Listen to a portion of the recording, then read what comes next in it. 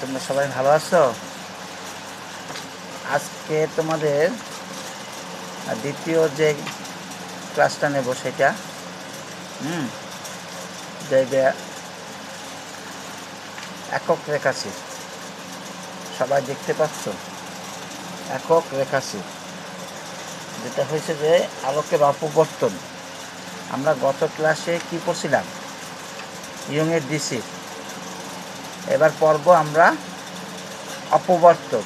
অপবর্তনের একক রেখাচিত্র বা চিরের জন্য অপবর্তন যেটা, এই যে একটা চিত্র আঁকছি দেখতে পাচ্ছ।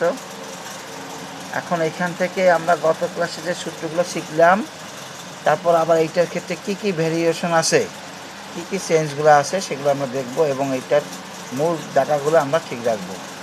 আমি আগে প্রথমেই বলি, এই যে চিত্রটা তোমরা দেখতে পাচ্ছ, এই চিত্রটার ভিতরে দেখছো এইখানে একটা গ্যাপ আছে। এই যে এইভাবে একটা গ্যাপ দেখা যাচ্ছে বিশাল এবি। এটা একক রেখাচিত্র বা একক চির বলা হয়েছে। তার মানে কি? তার মানে হচ্ছে যে একটা চিরের একটা চির মানে কি বলছে, এটা ফাঁকা দৈর্ঘ্যের তুলনায় প্রস্থ যদি খুব ছোট হয় তাকে চির বলা হয়। তো এই যে ডট ডট দিয়ে দেখাইছি ভাইয়া, এই এ হইতে বি পর্যন্ত এখানে চিত্র আঁকার জন্য এত বড় করে দেখা হয়েছে। আসলে চিত্রটা খুব ছোট হবে। তাহলে আগে যে আমরা চিত্রে দেখছি সেইখানে যে এটা ধরছিলাম, ধরাগুলার ক্ষেত্রে দেখো ধরাগুলার পার্থক্যগুলো বুঝতে হবে। এইবার এ হচ্ছে চিরের ফাঁকা অংশটা, এই স্মল এটা হচ্ছে ওই যে পাশে দেখা যায়, এই যে স্মল এটা হচ্ছে চিরের ফাঁকা অংশ। ঠিক আছে? তাহলে সেক্ষেত্রে আগে ছিল ইয়ংয়ের ডিসিরের ক্ষেত্রে ছিল দুটি চিরের মধ্যবর্তী দূরত্ব ধরছিলাম আমরা এ। এইবার কিন্তু এটা হবে যাইয়া চিরের শুধুমাত্র ফাঁকা অংশটা। ধরা কিন্তু চেঞ্জ হয়ে গেল। একক রেখাচিত্রের ক্ষেত্রে এটা যখন আসবে তখন এটা হবে যাইয়া একটা চিরের ফাঁকা অংশটা। ক্লিয়ার সবাই? এই যে দেখা যাইতেছে এই লেখা এখান থেকে এইভাবে বুঝতে পারছো। এইখানে একটা লেন্স দেওয়া আছে, এইভাবে পড়ছে পর্দার উপরে, ওই সব একই ঘটনা। এইখানে এখন আমাদের যে সূত্রগুলো আসছে, যেমন প্রথম তুমি দেখো, এটা দেখো যে উজ্জ্বল বিন্দুর জন্য আমি লিখছি, দেখছো উজ্জ্বল বিন্দুর জন্য লেখা হয়েছে। উজ্জ্বল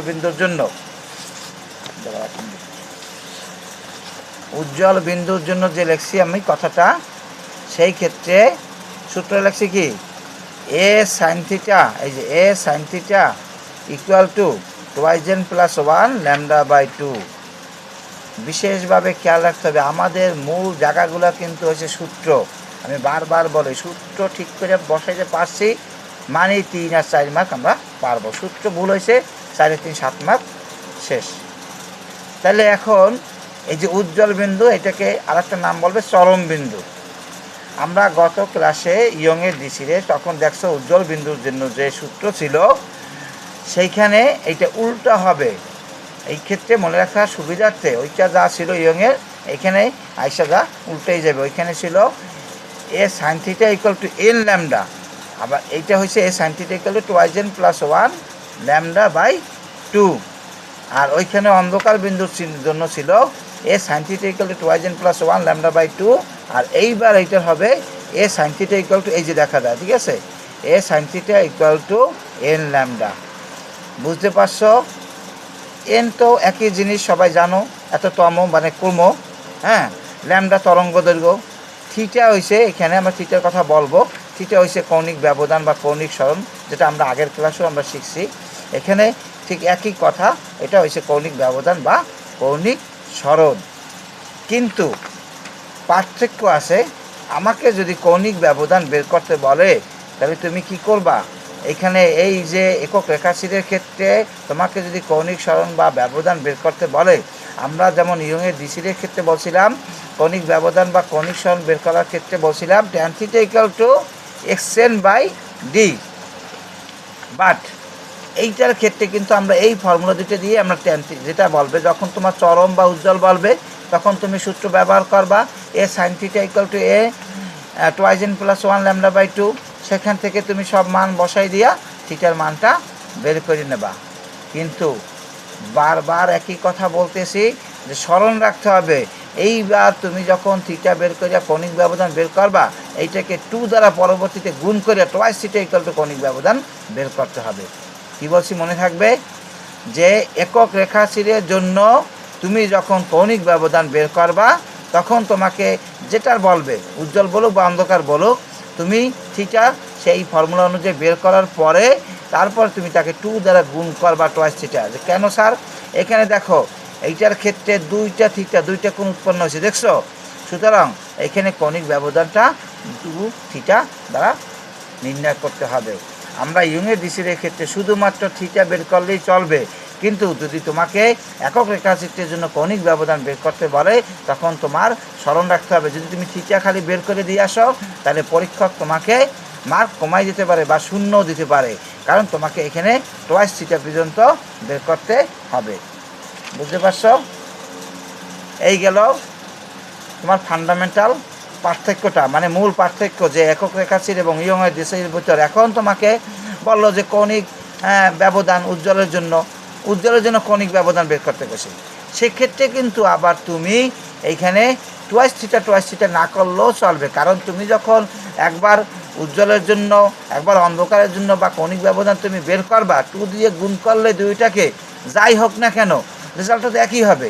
সেক্ষেত্রে তুমি কৌণিক ব্যবধান তুমি থিটা দিয়ে দেখা দিলেও চলবে, অথবা 2 দ্বারা গুণ করে করলেও সে একই রেজাল্ট হবে, কোনো পার্থক্য হবে না।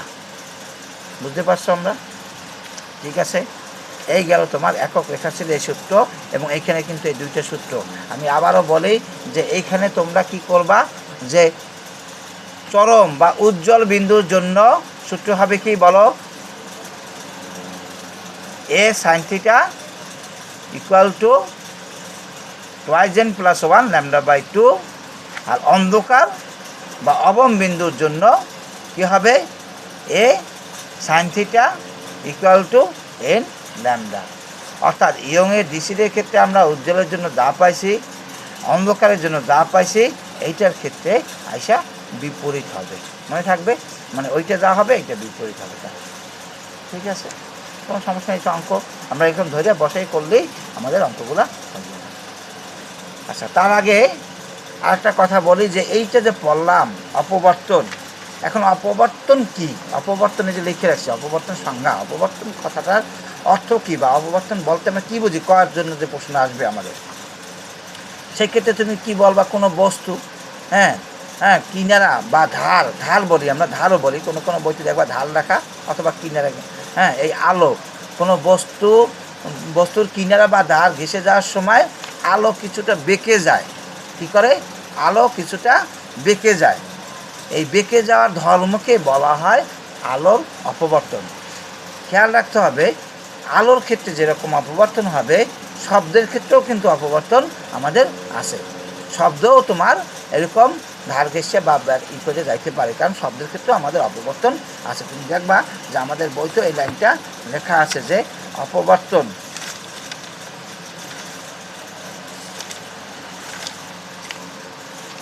যে 468 পৃষ্ঠায় যদি তুমি দেখবা যে বস্তুর কিনারে ঘেঁষে আলোকের খানিকটা বেঁকে যাওয়াকে অপবর্তন বলে রেখেছে। তরঙ্গ দৈর্ঘ্য বৃদ্ধি পেলে এই ক্ষমতা বৃদ্ধি পায়। কী ক্ষমতা বৃদ্ধি পায়?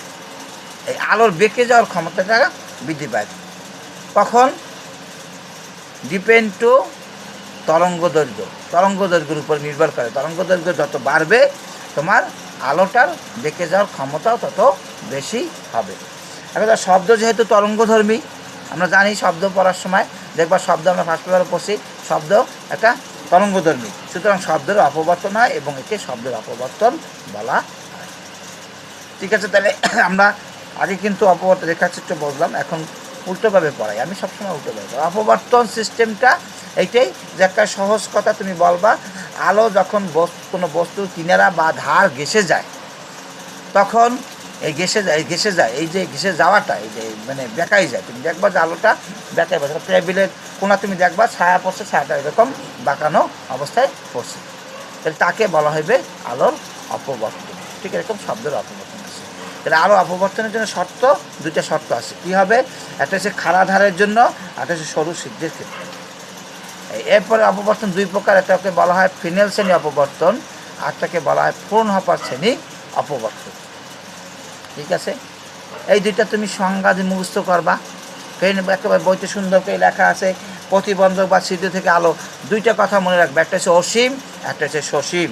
ফ্রেনেল শ্রেণী অপবর্তনের জন্য যদি উভয় এই পর্দা, এই যে পর্দা দিয়েছিলাম এরকম, দেখছো এই যে একটা, এই যে পর্দা, এমএন পর্দা, হ্যাঁ এরকমভাবে, ঠিক আছে, এই যে এরকমভাবে, হ্যাঁ এই চিত্রটা সবাই আঁকবার সুন্দর করে। এই বলতে আছে এখন এখানে এই যে উভয় যদি সসীম দূরত্বে থাকে তাহলে সে সকল অপবর্তনের ঘটনাগুলি ঘটে তাকে ফ্রেনেল শ্রেণী অপবর্তন বলে। আর যদি অসীম দূরত্বে থাকে তাহলে পূর্ণপদ শ্রেণী অপবর্তন বলে। এই সংজ্ঞা দুটো মুখস্থ করবা। একটা এমসিকিউর জন্য একটা প্রশ্ন মনে রাখবা যে আলোর অপবর্তন দ্বারা আলোর তির্যক রূপ ধর্মটি প্রমাণ করা যায়। তাহলে আলোর তির্যক ধর্মটি কী দ্বারা প্রমাণ করা যায়? আমি অপশন দিলাম অপবর্তন, সমবর্তন, ব্যতিসার আর দিলাম প্রতিফলন। তাহলে তোমরা কী করবা? দেবা অপবর্তনে ঠিক চিহ্ন দেবা। ঠিক আছে, এখান থেকে আমাদের এই জিনিসগুলা একটা অনুধাবনমূলক কোশ্চেন। আমরা সবসময় আমি ক্লাসে বলি যে 5টা সিস্টেমে আমাদের লেখাপড়া করতে হবে। মনে রাখবা যে 5টা নিয়মের ভিতরে আমাদের লেখাপড়া করতে হবে। ফার্স্টলি ক জ্ঞানমূলক, খ অনুধাবনমূলক, গ তোমার প্রয়োগ এবং ঘ উচ্চতর দক্ষতা। এই হলো 4টা সৃজনশীলের 1, 2, 3, 4, 4, 3, 7, 8, 9, 10 সময়। ক্লিয়ার? তার সাথে প্রতি জায়গায় তোমার একটা এমসিকিউ যুক্ত করবে 1 মার্কের জন্য। এই হলো 5টা সিস্টেমের 5 নিয়ম।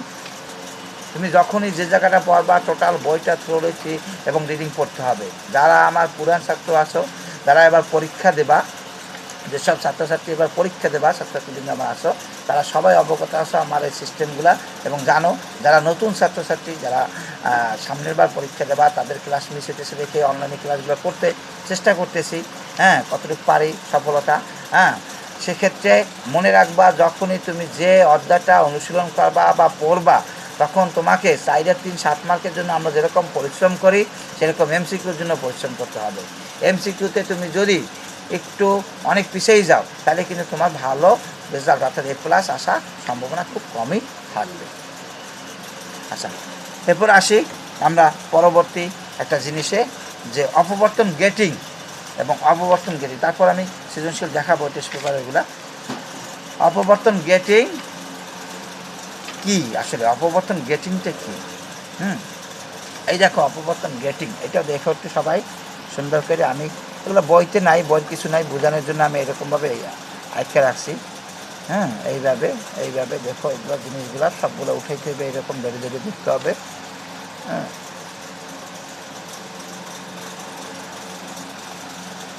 ঠিক আছে,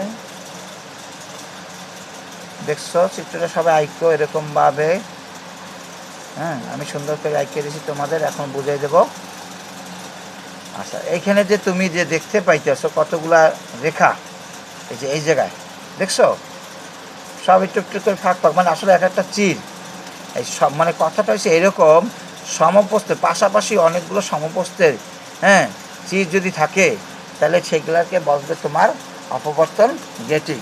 যে যে পাশাপাশি স্থাপিত অনেকগুলো সমপ্রস্থের সূক্ষ্ম চির সম্পন্ন পাতকে নিঃসরণ গেটিং বলা হয়, বা সমগ্র নিঃসরণ গেটিং বলা হয়। যে গল্পে অপবর্তন গেটিং বা নিঃসরণ গেটিং, গেটিং মানে একটা ঝাঁঝরি, হ্যাঁ ঝাঁঝরিও আমরা বলতে পারি। ঠিক আছে, ঝাঁঝরিও আমরা বলতে পারি।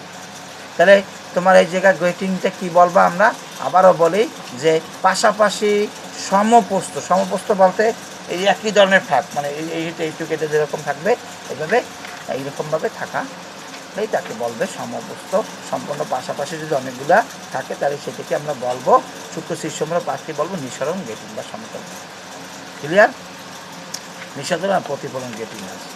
আচ্ছা, এরপরে এসে গেটিং দুর্বক, এটা খুব ইম্পর্টেন্ট। এটা দিয়ে আমাদের সৃজনশীল হবে, সূত্র আছে এবং অনেক অঙ্ক, এমসিকিউতে অনেক অঙ্ক, আমি সূত্রগুলো সব সাজিয়ে রেখেছি। ঠিক আছে, এখানে দেখো যে আসলে তোমার এই যে চিত্রটা এখন তোমরা কিছু বুঝতে পারতেছো না, অথচ তোমরা এই যে পাশে এপাশে ওপাশে যে আঁকা আছে ওই চিন্তাটা বাদ দাও। ওই চিন্তাটা বাদ দিয়ে এই হয়েছে আমার একটা সোজাসুজি যে গেছে, এই হয়েছে আমার অ্যাকচুয়ালি গেটিং, এরকম সাজানো। এই হইতে এই পর্যন্ত ফাঁক, এই একটা সির, এই হইতে এই পর্যন্ত ফাঁক, এইটা সির। এইটাকে যদি প্রথম সির বলি আর এটাকে যদি আমি দ্বিতীয় চির বলি, তাহলে প্রথম চিরের শুরু থেকে দ্বিতীয় চিরের শুরু পর্যন্ত মধ্যবর্তী দূরত্বকে গেটিং ধ্রুবক বলে। অথবা প্রথম চিরের শেষ থেকে এই এসে শেষ দ্বিতীয় চিরের শেষ পর্যন্ত মধ্যবর্তী দূরত্বকে গেটিং ধ্রুবক বলে। আমি কি বলছি আবারও বলি, খেয়াল করবা, যে প্রথম চিরের শুরু থেকে দ্বিতীয় চিরের শুরু পর্যন্ত মধ্যবর্তী দূরত্বকে গেটিং ধ্রুবক বলে। আর অথবা আমরা এভাবেও বলতে পারি যে প্রথম চিরের শুরু থেকে দ্বিতীয় চিরের শুরু পর্যন্ত মধ্যবর্তী দূরত্ব, দ্বিতীয় চিরের শেষ পর্যন্ত মধ্যবর্তী দূরত্বকে গেটিং ধ্রুবক বলে। আমি সংক্ষেপে এটা মনে রাখার জন্য তোমরা বলবা শুরু টু শুরু অথবা শেষ টু শেষ। কি বলছি? শুরু টু শুরু অথবা শেষ টু শেষ। ঠিক আছে, বুঝছো? এখন দেখো চিরের ফাঁকা অংশ হচ্ছে এ, এই হইতে এই পর্যন্ত ধরা হয়েছে বি। আমরা যে কোনো এক দিক দিয়ে যদি ধরি, আমি দুই দিক দিয়ে আঁকে দেখাইছি, তাহলে এই হইতে এই পর্যন্ত যদি এ আর এইটুকু যদি বি হয়, তাহলে এই হইতে এই পর্যন্ত শুরু টু শুরু এ প্লাস বি হয়েছে, এ প্লাস বি সমান সমান হয়েছে, এটাকে ডি ধরা হয়েছে। ঠিক এই পাশেও যদি তুমি যাও, তাহলে নিচের অংশ হয়েছে এ আর এই হয়েছে এইটুক বি। এখন বুঝতে পারছো যে কেমনে আসছি? তাহলে এইটুক হয়েছে এই হইতে এই পর্যন্ত হয়েছে, মানে এটা হচ্ছে শেষ টু শেষ। হ্যাঁ, a plus B equal to d. তুমি যেদিক দিয়েই ধরো না কেন, সুন্দর করিয়া প্রথম চিরের শুরু থেকে দ্বিতীয় চিরের শুরু পর্যন্ত অথবা প্রথম চিরের শেষ থেকে দ্বিতীয় চিরের শেষ পর্যন্ত মধ্যবর্তী দূরত্বকে বলা হয় গেটিং ধ্রুবক। তার মানে মনে রাখার জন্য তোমরা বলবা শুরু টু শুরু অথবা শেষ টু শেষ। ঠিক আছে, এখন আমি দিছি a plus B equal to d ধরছি। এখন তোমরা বলতে পারো এই যে ডি, এই ডি রেখা, এই ডি দৈর্ঘ্যে, ডি মানে কি এই হইতে এই পর্যন্ত অথবা এই হইতে এই পর্যন্ত, এই ডি দৈর্ঘ্যের ভিতরে কয়টা রেখা আছে? চিন্তা করো, সবাই একটু চিন্তা করো, কয়টা রেখা আছে বলো? হ্যাঁ, একটা রেখা। এই দেখো, এই হইতে এই পর্যন্ত যদি হয় তাহলে একটা রেখা, দেখছো? আবার এই হইতে এই পর্যন্ত যদি হয় তাহলেও একটা রেখা। তা ডি দৈর্ঘ্যের জন্য ওই যে A plus B equal to, দেখো আমি দিয়েছি D equal to A plus B. D দৈর্ঘ্যের রেখার মধ্যে, হ্যাঁ, তোমার একটি ডি দৈর্ঘ্যের রেখার মধ্যে একটি আছে। হ্যাঁ, রেখার সংখ্যা একটি, দেখছো? পাইছো? একক দৈর্ঘ্যের রেখার সংখ্যা হইবে 1/a প্লাস বি। এইটাকে ধরা হয়েছে ক্যাপিটাল এন। তাহলে N equal to 1/a plus B হইল। এন ইকুয়াল টু এইটাই যত অঙ্ক দেখবা সব জায়গায় লেখা থাকবে প্রতি দাগে বা রেখার সংখ্যা প্রতি সেন্টিমিটারে বা প্রতি মিলিমিটার এত, তখনই তুমি বুঝবা যে সেইটা ক্যাপিটাল এনের মান দেয়া। অঙ্ক যখনই আমি দেখাবো তখন দেখবা যে সেইগুলা ক্যাপিটাল এনের মান দেওয়া। ঠিক আছে, এখন দেখো এই জায়গায় আমি 4টা এই সূত্র এমসিকিউ, তুমি বারবার, হ্যাঁ, তোমার যে মান আছে তুমি সূত্র একটা জানবা, এবার সূত্রকে ট্রান্সফার করবা বারবার, কোনো দরকার নাই। তুমি এমসিকিউতে আসছে যেটা খুশি সেইটা দিয়ে তুমি মান বসে যেটা চাইবে সেটাই তুমি বের করতে পারবা খুব সহজে। আমি এই সূত্রগুলা এই জন্য সাজাই দিছি। আচ্ছা, এই জায়গায় দেখছো যে ডি, এনে কী রাখছি, d sine theta equal to n, d sine theta equal to n lambda. হ্যাঁ, d sine theta equal to n lambda. তাহলে ডি সাইন থিটা। এখন একটা কথা বলি, আমরা ওই যে অপবর্তনের ক্ষেত্রে উজ্জ্বল অন্ধকার অথবা ইয়ংয়ের ডিসিডের ক্ষেত্রে তুমি দেখছো উজ্জ্বল বা অন্ধকার সবসময় দুইটা করে সূত্র পাইছো, মনে পড়ে? উজ্জ্বলের জন্য এবং অন্ধকারের জন্য। এইবার রিমেম্বার ইট, খেয়াল করবা, এইখানে কিন্তু একটাই কমন সূত্র। উজ্জ্বল বলুক আর যাই বলুক, রেখার সংখ্যার ক্ষেত্রে এই অঙ্কগুলো করার ক্ষেত্রে আমাদের এই গেটিং ধ্রুবক নিয়ে যখন করবা তখন সমীকরণ হবে একটাই, মূলত 4টা এরকম ভাঙিয়ে দেখাইছি, কিন্তু মূল সমীকরণ একটাই, অর্থাৎ এন ল্যামডা। এখানে 2n + 1 λ/2 এরকম হবে না। D sine theta equal to n lambda. বুঝতে পারছো? এখন ডি এর জায়গায় তুমি এ প্লাস বি বসাইতে পারো, আমরা দেখছি পূর্বে d equal to A plus b হলো, d equal to A plus b বসাইলে এন ল্যামডা। আবার এ প্লাস বি এর জায়গায় তুমি রাখতে পারো 1/n, সেখানে তুমি ট্রান্সফার করলে sign theta equal to n lambda. What is capital N, what is small N, what is lambda? আমরা ক্যাপিটাল এন বলবো রেখার সংখ্যা, স্মল এন হইবে ক্রম, এবং ল্যামডা তো তরঙ্গ দৈর্ঘ্য আমরা জানি।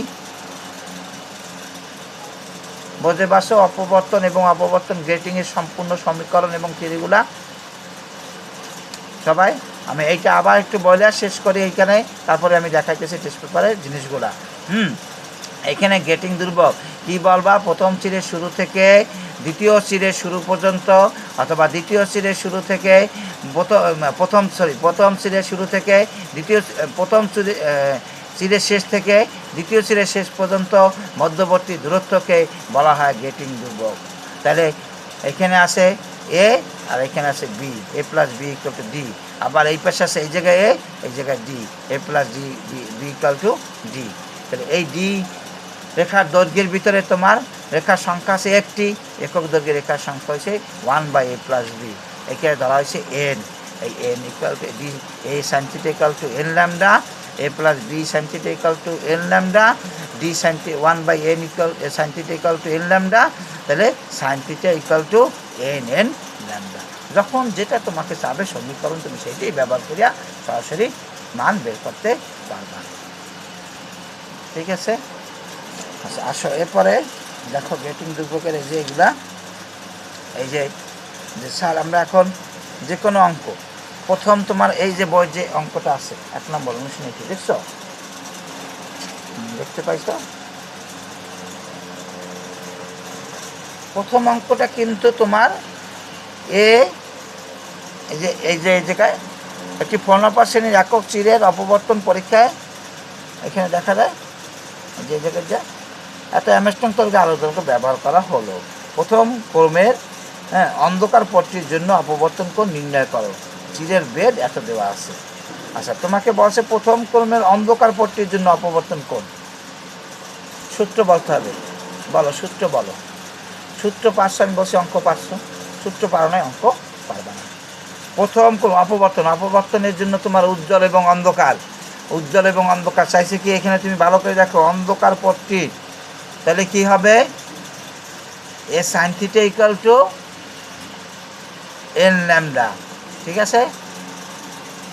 এন ল্যামডা, হ্যাঁ, a sine theta equal to n lambda, কারণ অন্ধকার পট্টির জন্য। ঠিক আছে? আর 2n + 1 λ/2 এটা হবে তোমার যাইয়া উজ্জ্বল কিসের জন্য। এই যে সেই সূত্রটা এই যে এখানে দেখো লিখে রাখলাম, দেখছো? আচ্ছা, এরপরে আসো যে অঙ্কটা করা আছে এখানে, এই যে জায়গায় দেখো রেখার সংখ্যার অঙ্ক, পরপর দুইটা অঙ্ক, এই যে বুঝাইলাম আমি থিওরি এবং সূত্র, দেখছো? এখানে সেই অঙ্কটা যে কোনো অপবর্তন গেটিংয়ে প্রতি সেন্টিমিটারে এত রেখা আছে, এখানে একটা কালেকশন আছে, এখানে এটা এন বানাতে বা ডি, হ্যাঁ, এরপর 1/n লাগবে এই জায়গায়। এই যে রেখার সংখ্যা বসাইছে, এখান থেকে বের করছে। এই অঙ্কগুলো দেখলেই পারবে, এটা আর কোনো জটিলতা নাই এগুলা। এখন আমরা যদি এরকম দেখি টেস্ট পেপারে, আসো যে থিওরি আমরা শিখছি সেখান থেকে যশোর বোর্ড, গত ক্লাসে আমি যশোর বোর্ডের 19 সালের অঙ্কটা কিন্তু করাই নাই। কেন করাই নাই? এইটা বুঝাই নেই কেন, বলো?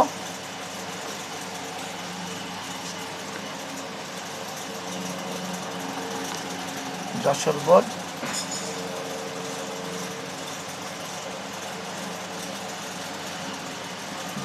বলো, ঠিক আছে? দেখছো সবাই? আচ্ছা, এখন এটা কি বলছে? প্রথমে প্রশ্নে বলছে কি, দেখো কিভাবে বলবে যে কখন কোনটার অঙ্ক। সুমি প্রতি সেন্টিমিটার এত দাগ বিশিষ্ট, হ্যাঁ, অপবর্তন গেটিংয়ের 5890, হ্যাঁ, অ্যামস্ট্রং তরঙ্গ দৈর্ঘ্যে আলো ফেললো। অপরদিকে রুমি প্রতি সেন্টিমিটার এত সংখ্যক দাগ বিশিষ্ট অপবর্তন গেটিংয়ের জন্য এত অ্যামস্ট্রং তরঙ্গ দৈর্ঘ্যে আলো ফেললো। দেখ ওইগুলা আমাদের এখানে গত বছর সুমির পরীক্ষণে প্রথম চরমের জন্য অপবর্তন কোণ নির্ণয় করো।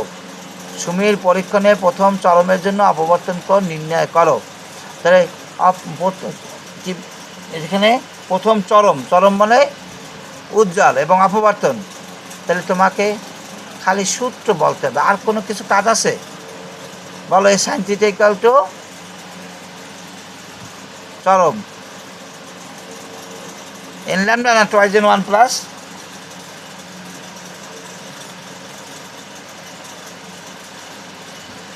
এটা কিসের কোনটা হবে? তিনটা সূত্র শিখছি গেটিং দুর্ভোগের জন্য। চরম বলো গেটিং দুর্ভোগ, কারণ দাগ সংখ্যা দেওয়া আছে। তোমাদের আগেই বলছি, তোমাদের যখনই প্রতি সেন্টিমিটারে বা প্রতি মিলিমিটারে প্রশ্নের ভিতরে থাকবে যে সুমি প্রতি সেন্টিমিটারে এত দাগবিষ্ট অবর্তন গেটিংয়ের এত অ্যামস্ট্রং তরঙ্গদৈর্ঘ্যে আলো ফেললো, তাহলে তোমাকে সুমিরটা বাইর করতে বলছে। তো সুমিরটা বাইর করছে এত দাগ, তাহলে তোমার ক্যাপিটাল এনের মান দেওয়া আছে। ক্যাপিটাল এনের মান এখানে, তাহলে d sine theta equal to n lambda. হ্যাঁ, এখানে সূত্র ডি ইকুয়াল টু 1/n বা সাইন থিটা, ওই যে সূত্রগুলো আমি সব শিখিয়ে দিছি। সাইন থিটা ইকুয়াল টু, তুমি লাস্ট সূত্রটা লেখলেও হবে। কোনটা? সাইন থিটা ইকুয়াল টু, এই যে দেখো ওইটার জন্য sine theta equal to n lambda আছে। Sine theta equal to n lambda, পাইছ? হ্যাঁ,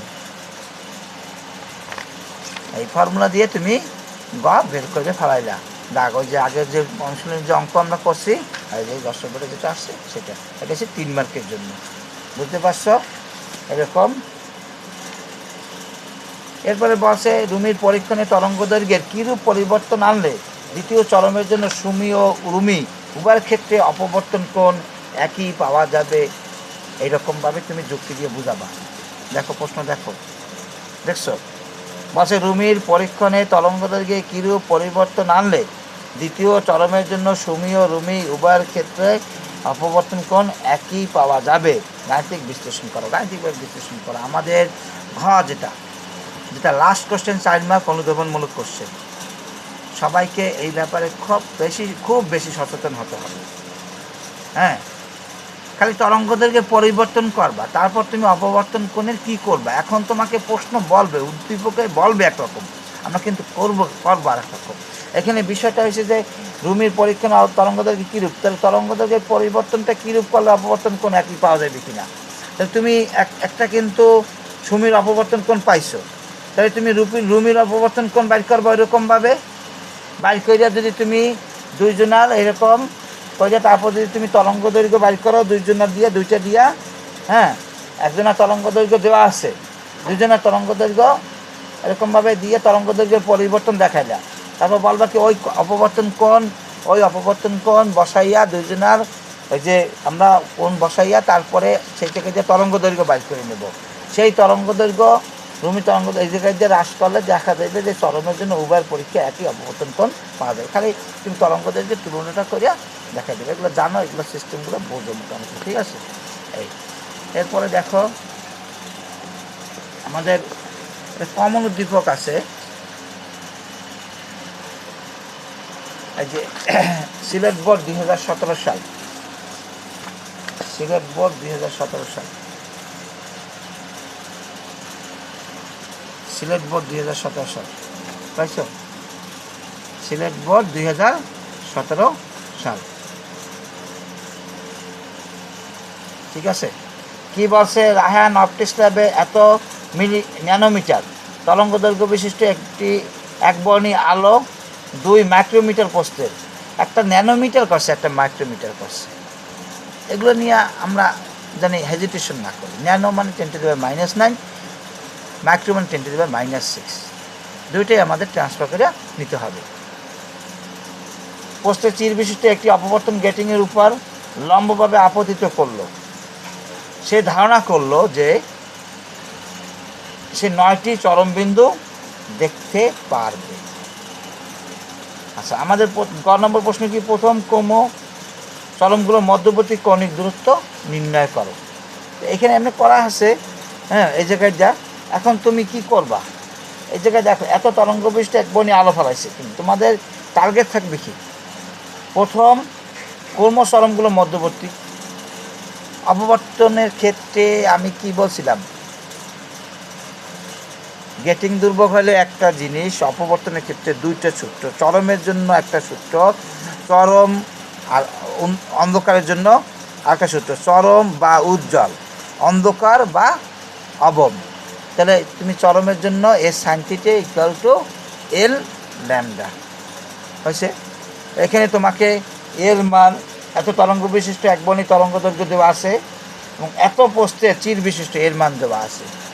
তুমি এন কইছে প্রথম এন ইকুয়াল টু 1, তাহলে N equal to small 1, a equal to কী লিখবা 2 × 10⁻⁻6 মিটার আর 600 × 10⁻⁹ মিটার হয়ে গেল তোমার ল্যামডার মান। সেখান থেকে তুমি থিটা বের করবা।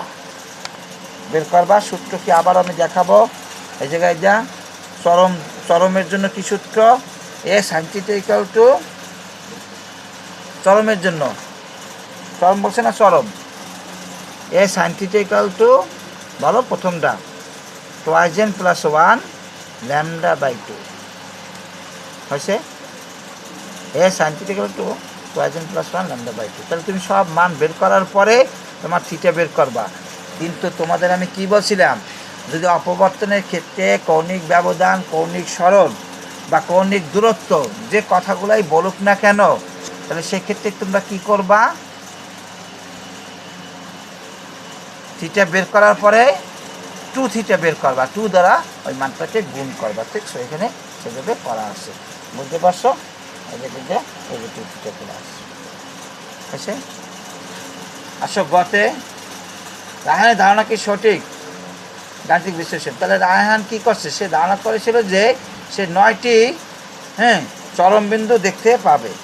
তাহলে তুমি কি করবা, এখানে a sine theta equal to twice n plus 1 λ/2, এই জায়গায় যে এ সাইন থিটার মান তুমি কীভাবে বসে, এটা লম্বভাবে। তাহলে থিটার মান এখানে 90 ডিগ্রি ধইয়া তুমি কী করবা বলো, এনের মান বের করবা, এনের মান। এনের মান যদি তোমার 9 হয় তাহলে তুমি বলতে পারবা যে এইটা। এখন কিন্তু এই জায়গায় একটা জটিলতা তৈরি হয়েছে। কি জটিলতা, তোমার এনের মান আসছে 2, বা এখানে আমরা এটাকে 3ও ধরতে পারি, 2.83, এটা 3 ধরলেই ভালো হয়, 3 ধরলে 3। আচ্ছা, এখন বলছে যে রাহানের ধারণা কি সঠিক। রাহান কি ধারণা করেছিল, 9টি চরম বিন্দু দেখতে পাবে। তোমার এখানে যখন এরকম এনের মান 2 বসুক বা 3 বসুক, আমাদের সেই ঝালরটা মনে আছে, এই ঝালরটার কথা, এই সেই ঝালর, এটার কথা মনে আছে। এখন যদি তোমার মনে করো 2 চরম বাইরেছে, 2 চরম, 2 মানে এনের মান 2 বেরিয়েছে চরমের ক্ষেত্রে বা অন্ধকারের ক্ষেত্রে, যাই বাইরেক না কেন। তার মানে যদি তোমার এখানে তুমি ধরো, তাহলে এইটার পাশে 2টা আছে, এইটার পাশে 2টা থাকবে, 2 আর 2 4 আর 1 5, তাহলে মোট কয়টা হলে তোমার ক্রম হবে 5টা। কি বলছি, ক্রম হবে 5টা। যদি 3 হয় তাহলে 3, এই পাশে 3টা, এই পাশে 3টা, 6টা, আর ও একটা 7টা। এইভাবে তোমাকে হিসাব করতে হবে। তাহলে ও দেখতে পাইবে কয়টা রাহান, 9টা। আমরা যদি এটাকে 3ও ধরি তাহলেও 9 হয় না, আর 2 ধরলেও তো 9 হয় না। 2.83 3-এর কাছাকাছি, অ্যাপ্রক্সিমেটের চিহ্ন দিয়ে ওটাকে আমরা 3 ধরে করবো। 2.83 2 ধরে না করে 3 ধরে করবো, বুঝতে পারছো? 3 3 6 আর 1 7, কেন্দ্রীয় চরম এইখানে এরকমভাবে ধরলে তারপর এই পাশে 3টে থাকবে, এই পাশে 3টে থাকবে। 3 3 6 আর 1 7। তাহলে যে ধারণা রাহান কয়টা দেখবে, 9টা।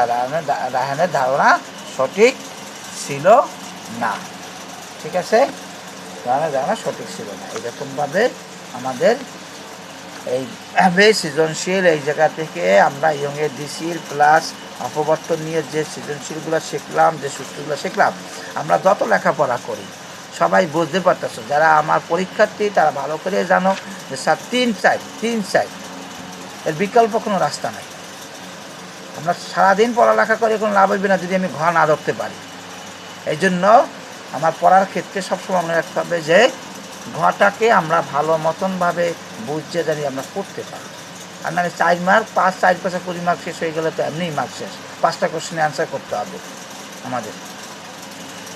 ঠিক আছে, সবাই ক্লাসটা মনোযোগ দিয়ে শোনো এবং ভালো করে করো, অনুশীলন করো। সামনে পরবর্তীতে আবার আমি অন্য ক্লাস নেব। এখানে এরপর একটি সমাবর্তন আছে, ওটার ভিতরে কোনো সৃজনশীল নাই।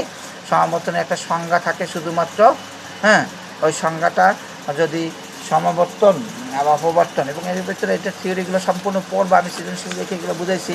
হ্যাঁ, এগুলা আরও জিনিস আছে কিছু কিছু, যে এই চ্যাপ্টারের ভিতরে সমাবর্তন কি এমসিকিউর জন্য অনেক কথা আছে, আলোকের সমাবর্তন, বুস্টারের সূত্র, হ্যাঁ, এখান থেকে কিছু জিনিস আছে। যদি লাগে প্রয়োজনে আরেকটা ক্লাস তখন এগুলা বুঝাই দেবো। ঠিক আছে, এখান থেকে সব এই যে এটাকে বলা হয় তোমার ইয়া। এবার প্রথম দিকে কিছু জিনিস ছিল সেগুলো এমসিকিউতে আসে, এই জায়গাটা এখান থেকে। ঠিক আছে, যে আমরা এইখান থেকে যেগুলো তোমরা মানে জানলা বা আজকে যা শিখতে পারলা সেই মনোযোগ দিয়ে সেগুলো করো। কোনো জায়গায় যদি কোনো সমস্যা হয় আমাকে মেসেঞ্জারে কল দিও অথবা মেসেজ পাঠিয়ে দিও অথবা কল করো, যা যদি যার যেখানে সমস্যা হবে আমাকে জানাবে। সবাই ভালো থেকো, সুস্থ থেকো। আজকের ক্লাস ধন্যবাদ সবাইকে।